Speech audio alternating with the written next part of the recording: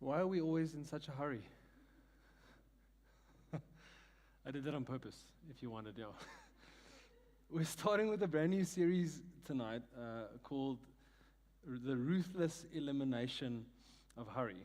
The Ruthless Elimination of Hurry. It's based on a book by a guy by the name of John Mark Comer. And we're chatting about that. Why are we always in a hurry? Did you just feel awkward when I did that? Like, I made you wait? Because the norm is we stop that, and then the next thing kicks in, and we go for it, right? Immediately, we're like this. Who of you are tired? Let me quickly just see by general show. Okay, all of you. Fantastic. Me too. Don't worry. We are living in Joburg, right? And Joburg is this city of hustle and bustle, and everything always just keeps going, and we never stop, and people never switch off.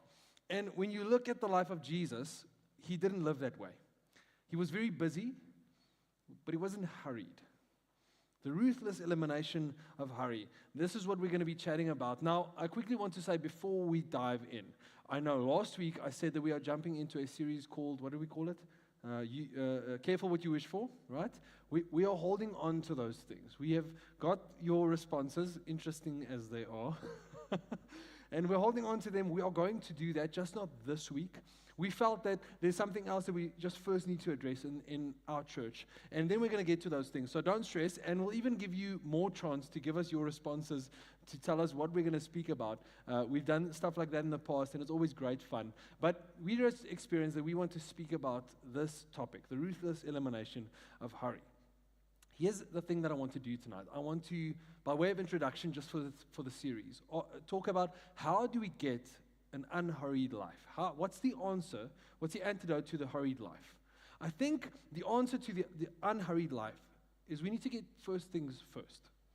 You need to put the things that are most important in the most important space in your life. We need to ask what are the priorities in our lives? And we need to put the first things first. The answer to an unhurried life is to truly understand what it is all about. Does it make sense? I think we run through life and we fill our lives with things that we think are important, but what if they are actually just distractions from the things that are actually important? That's what we're going to be speaking about. Now, I'm going to come at this from a weird angle, but stay with me, all right? Do you trust me? Don't know why, but all right.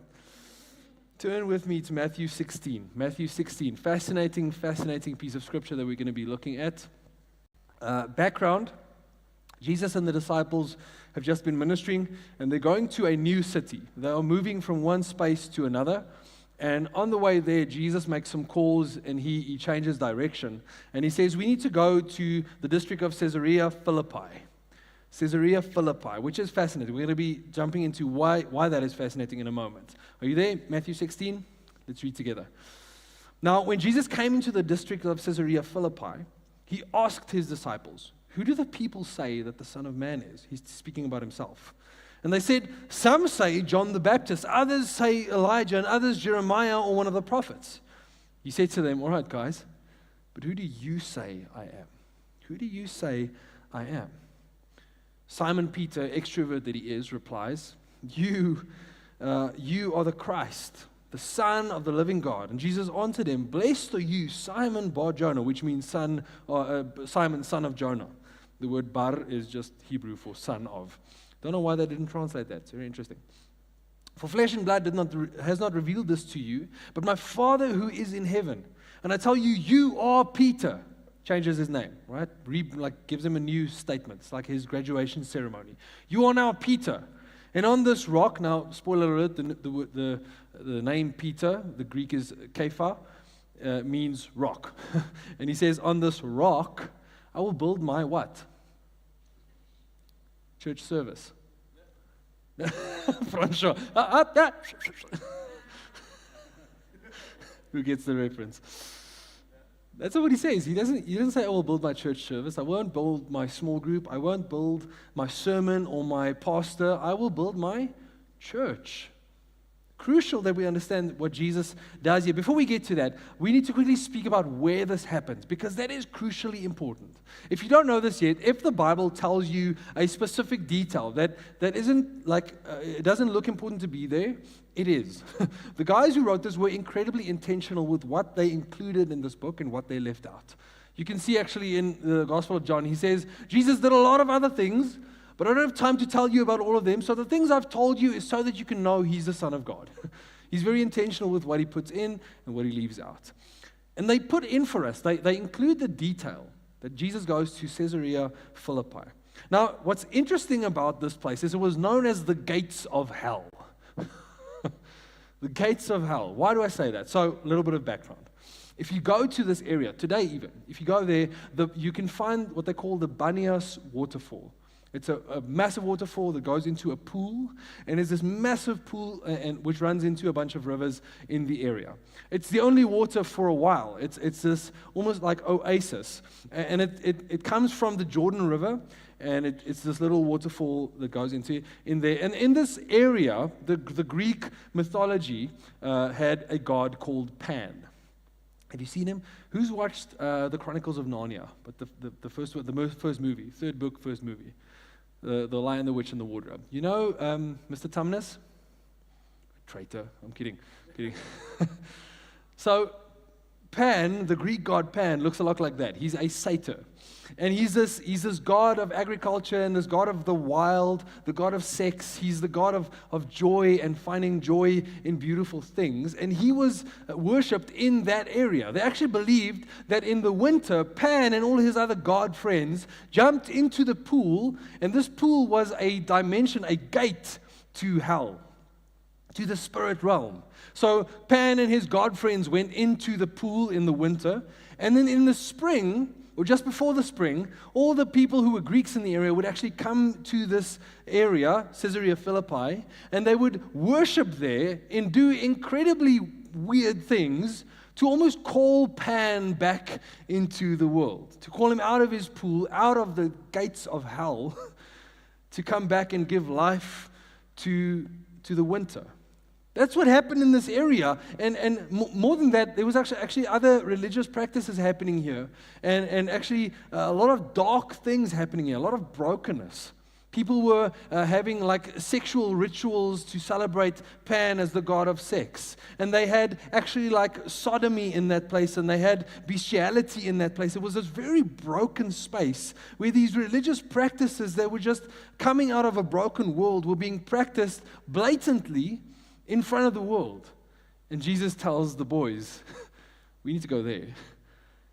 And then he says this statement there: the gates of hell will not overcome my church. The greatest brokenness, the greatest level of sin will not overcome the thing that I will start and finish. Now, there are two things that I want you to hear tonight in what Jesus says. First of all, Jesus reveals to us that the revelation of who he is will be the foundation of his church. Now, the Catholic Church, I think, misunderstands this. They look at the scripture, he says, you are Peter, and on this rock, referring to you, Peter, I will build my church. So they think that Peter was the first pope, the first one chosen by God, and yes, by Jesus, and yes, he was the first leader of the church. But they think that Jesus says, on this foundation, on the foundation of who Peter is, I will build my church. I think that's a misunderstanding. Because what does Peter do right before that? He has a revelation. Jesus asks, who am I? Who do the people say I am? Who do you say I am? And Peter has a revelation, and Jesus says it's a revelation because he says, this wasn't flesh and blood. This wasn't you. You're not that smart, Peter. God has revealed to you. There's a revelation from heaven that came down in this moment, and that revelation is that I am no mere human. I am the Son of God. I am the Messiah. I am the one sent by God to deal with the sin of the world. And on that revelation, Peter, I will build my church. The revelation of who Jesus is the foundation of the church, and that isn't changing soon. Because Jesus is not going to change. He is who he is. He is who he's always been. He is God. Or like Judah Smith says, he's God in a bod. You can laugh, it's fine. God in a bod. He's the visible manifestation of who God is. He's God, but knowable. God, but seeable. He's this tangible, knowable, and familiar character of God. The revelation of Jesus as God is our foundation as church. And everything else rests on this. You are here in a church called Doxa Deo. If you don't know what that means, 2 words, doxa, which means glory in Greek, and Deo, which means God in Latin. Which is something beautiful, because from the beginning of our movement, we said that there will be different nationalities and different backgrounds, different languages that will come together in this movement. Doxa Deo, the glory of God. And it comes out of a conviction that Alan Platt, the founder of Doxa Deo, in 1996 had, and it came out of the book of Habakkuk. And if you've read Habakkuk, Kurt said this morning as well, it's a terrifying book. It's almost like God told Habakkuk to go to the people of Israel, and if they have any hope left, just take that as well. Like, it's going really bad, and he's just coming to the table, like, guys, it's not over. Like, there's more coming, more bad news on the way. It reads terribly up to verse 14. Because in Habakkuk 2, verse 14, we read this incredible statement. The earth will be filled, it's a promise, with the knowledge of the glory of the Lord. The knowledge of the doxa of Deo, as the waters cover the sea. This is our mission, guys. This is what we believe we as a movement will do. This is why you are in this movement. You are here to make known, to share in the making known of the glory of the Lord. What is the glory of the Lord? Shortly, it's Jesus. He is the manifestation of the glory of God. We did a sermon series. Quickly look to your left in the center window there. His glory, our story. That's our year theme. We said that Jesus came down to make God known. And then Jesus sends us out and he says, go, baptize them in my name, teach them all that I have commanded you. And I'm with you until the end of the age. This is what we do. This is our mission. Our mission is that the whole world would be covered with the knowledge that Jesus is God. That's the foundation of the church, guys. That's what we do as a movement. That is the first thing. That's the thing we should get right. So number 1, the revelation of Jesus as God is our foundation, and everything else rests on this. Number 2, I believe that the church is Jesus' chosen vehicle to address brokenness. It's what the church does. What we are supposed to do. There, I got it. Bill Hybels says, the local church, when functioning correctly, is the hope of the world. I spoke to you last week and I said Christians ought to be the best type of people. Remember? The world should miss us when we're gone. The church exists to address brokenness. We exist to address brokenness. Now, see this picture with me. Jesus tells the guys, let's go to the gates of hell, right? Are you coming with me? Let's go. And I could just imagine, like, Philip or like Thomas, he's a doubting one, coming up like, Jesus, Philippi is kind of like dodgy. Like, we don't go there. Like, it's like Hillbrow. Right? There's that vibe when people speak about Hillbrow for some reason. Yeah. I love Hillbrow too. But there's that thing, like, if I tell you, hey, can I stick you for a coffee? Where? Hillbrow. Ugh. Is there a worse part of Joburg? Help me. Anybody? No, Braamfontein is awesome. Okay, let's stick with Hillbrow. Brakpan Dam.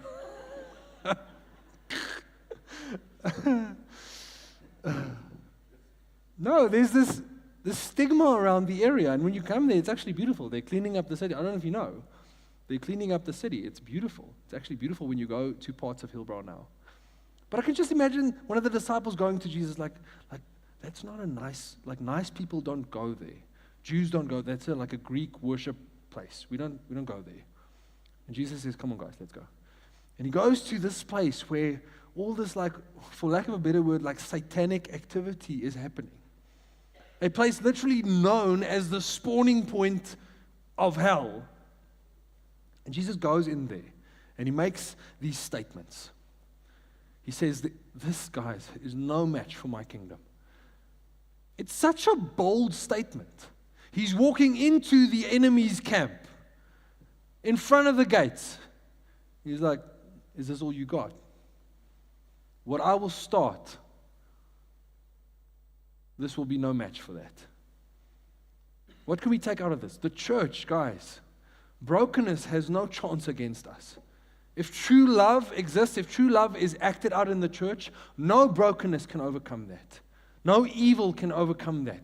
I think it's crucial that we understand this, guys. We are not fighting a battle. The battle has been won. There's no match. There's no competition. Satan is not God's rival. It's not a competition.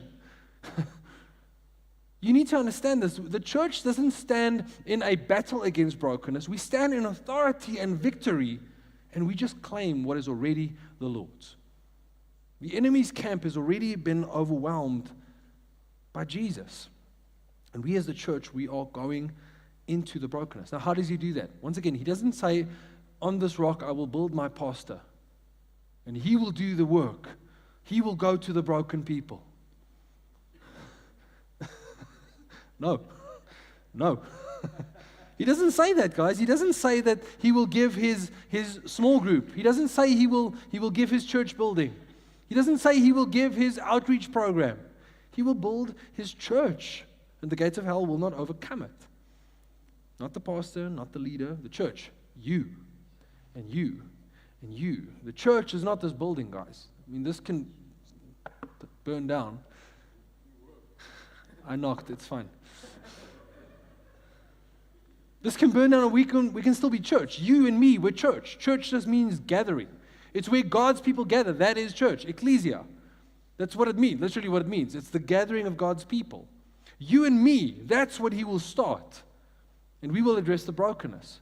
Now, let me make this real practical, and I'm going to tell a story. In 1962, there was a space program. You remember? Anybody alive that time? Francois. All right. Okay. There was a space program, space race. America was leading the pack. And John F. Kennedy, who was America's president at the time, goes to NASA to inspect everything that he's been funding all this time. And he's walking around in the halls, and he meets this one guy, the janitor, walking around with his mop. And John F. Kennedy asks him, "Hey, bub, what are you doing?" And he says, "Sir, I'm helping put someone on the moon." Huh? What boldness. I love that. He could have said, "Sorry, I'm just gonna carry on. I'm just mopping." No, he's not mopping. He's putting a person on the moon. He understood something of the value of every single part of the NASA organization is working towards the one goal of putting a person on the moon. That is the one thing. And his small contribution is doing that. He had this conviction inside of him of, if I don't do this, we can't do that. And I think it's the same in church, guys. It's so incredibly important to realize that no matter what you do in church, it's so crucially important. This isn't my idea. Check this out. Acts 6, verse 2. This is one of my favorite parts of Scripture. It's the story of Stephen, a person called Stephen, which is an amazing guy. Listen to this. And the 12, this is the 12 apostles, summoned the full number of the disciples, the church. They summoned the church together and said, "It's not right that we should give up preaching the word of God to serve tables." When I first encountered the Scripture, I was like, how arrogant. Like, who do you think you are? No, I'm too good to serve tables. Yeah. I'm not going to do the tech. I'm the pastor. Yeah. It sounds like that, right? Not what they're saying. Let's go on. I'm not going to put this on the screen, but they say this. If you go on in verse 5. What they said pleased the whole gathering, and they chose Stephen, a man full of faith and of the Holy Spirit, and Philip and Prochorus and Nicanor, Timon, Parmenas, Nicolaus, a proselyte of Antioch. These they set before the apostles, and they prayed and they laid their hands on them, and the word of God continued to increase. And the number of the disciples multiplied greatly in Jerusalem, and great many of the priests became obedient to the faith. Little bit of background. They're speaking to a situation in the church. The one part of the church, there was a massive population of widows in the church, and in that time, if you didn't have a husband, you didn't have an income. So these people are suffering. They don't have food, they don't have lodging. And the church said, we will do something about the brokenness that we see in our world. And the church started caring for these widows. They started literally serving them, serving tables, as in taking bread to their homes, serving them as waiters, taking food from the kitchen to their tables. And the apostles have a realization. They say, we as apostles, as the leadership of the church, we cannot do this job because it is not ours to do. It is not our calling. It's not an arrogant thing. They are saying, this is somebody else's calling and we are stealing it from them. We are doing the job that God has called someone else to do. The astronaut should not do the mopping and the janitor should not land on the moon. Doesn't make one of them more important. What I'm doing here, sharing the word, is no more important than you loving a friend and buying them a donut afterwards. You're welcome. It's the same thing, guys. It's church. You sending a message tomorrow morning to somebody who you know is going through a rough time. You sticking somebody for a spa day who you know is going through a tough time is no better than what I'm doing in this moment. You praying for someone, even if they don't know that you're doing it, is no better than what I'm doing in this moment. We are church. We address brokenness, and every single part of the church is crucial. My question for you, what has God called you to do? Now listen closely, I'm not asking what are you good at. Big difference. I'm a good musician, but that's not my calling. I'm a good sound guy, it's not my calling. What's your calling? Has God called you to mop? Then do it with everything inside of you. This is how we address brokenness, guys. My challenge to you this evening is that you go and have a good hard look, and a good hard, can I say, good hard pray about what God has called you to do in this family. Because of the activation that happened, because the apostle said, this is not our ministry, we will listen and we will ask the Lord. Did you see how spiritual this moment was? It's a very unspiritual job to hand out bread to people. But the level of commitment that the leadership of the church takes, they lay hands on them, they pray about it. They actually ask, who's the right person for the job? It's a spiritual thing. And because every single person in the church was activated in their ministry that God has given them, the church thrived. And here we are this morning because of that. This evening, it's not morning. I'm not tired, you are. Because everybody was activated, the church thrived. And throughout history, if I can just say as a closing point, throughout history, look at what the Christian church has done. Has there been bad seasons? Yes, absolutely. But the Christian church has done some of the greatest work in the history of humanity. Slavery was defeated in large part by the activation that the church made. It was set in motion. A lot of the largest humanitarian movements of history have been driven by Christian missionaries. Because this is the kingdom that we're in. Our king is a king that addresses brokenness. And the way he does that is through the church. So, what's your role? If you haven't noticed yet, we are in a season of growth in this church. Just look around you. It's amazing. Once again, I celebrated that last week. It's incredible what God is doing here. With responsibility comes, what's the word? With great power comes great responsibility. Lardy is just like, with great power comes great responsibility. God is trusting us with people. He's trusting us with growth, and that asks stewardship.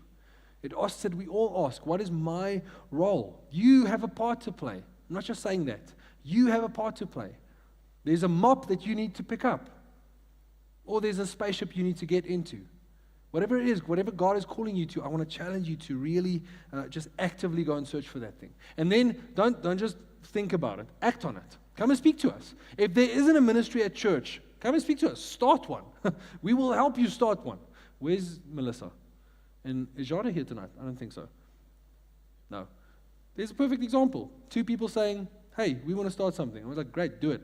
We're not going to stop you. I promise you that. We will guide you and help you. We will pray for you. We will lay our hands on you and pray for you. But can I ask you to pick up your mop? Can I pray for you?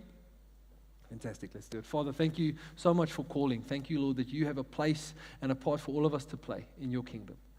Jesus, I praise you that your church exists to overcome brokenness, Father. And thank you that no sin, no brokenness, Nothing can overcome what you have started, Lord. And we just submit unto you, Lord. Come and show us the mop that we need to pick up, Lord, so that we can do whatever you ask. We pray this in your name. Amen. Amen. Thanks, guys.